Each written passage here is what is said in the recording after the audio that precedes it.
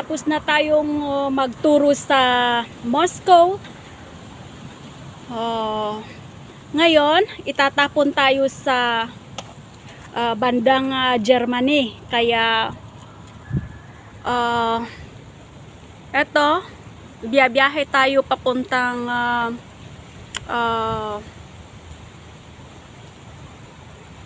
east ng Germany para magturo panibagong kontrata. It's 8 o'clock here in Moscow. Inaantay natin ang taxi papuntang train station. So baka gusto niyo akong samahan at talagang ako naman ay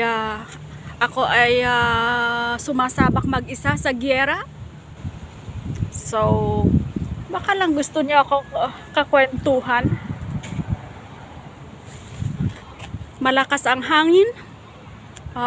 Nag-uumpisa ang winter. Okay, sobrang ginaw, sobrang lamig. Ganito kaming mga guro, para kaming mga sundalo. Kung saan kami itapon, biyahe kaming mag-isa. Ang laman ng maleta ko ay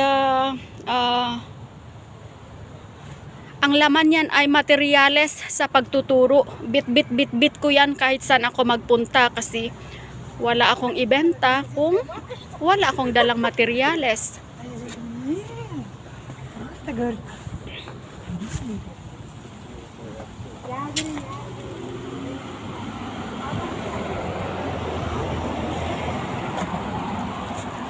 So, like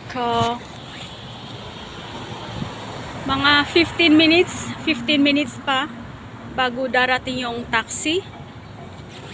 Ako'y nangawit ang aking kamay sa paghatak sa aking maleta. Biruin mo kung ilang laptop ang laman yan.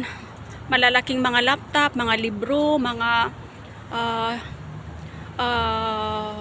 different levels materials.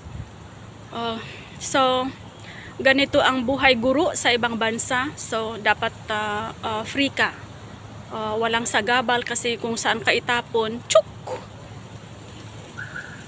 go alone, by yourself, save yourself.